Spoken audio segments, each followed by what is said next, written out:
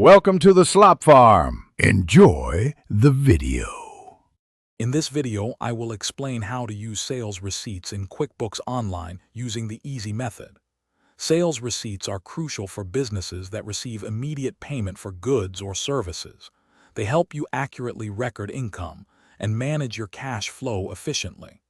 This simple process ensures your books are always up to date, reflecting every transaction as it happens. Let's dive into the steps to create your first sales receipt. To create a new sales receipt, simply click the plus new button and choose Sales Receipt under the Customers section. Next, fill in the customer's information, the products or services sold, and how they paid. Make sure to select the correct deposit account where the funds will be recorded. Once all details are accurate, save and close the receipt. It's a straightforward process that keeps your sales records tidy. Hey everyone, quick pause.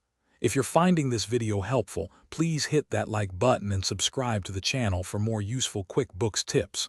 And on another note, just like good record keeping keeps your business comfortable, a great pair of socks keeps your feet comfortable. Life's too short for cheap socks, so go darn tough with a lifetime warranty. Check the description for the link and other great deals. Now, let's get back to the video. Once you've created sales receipts, managing them is just as simple.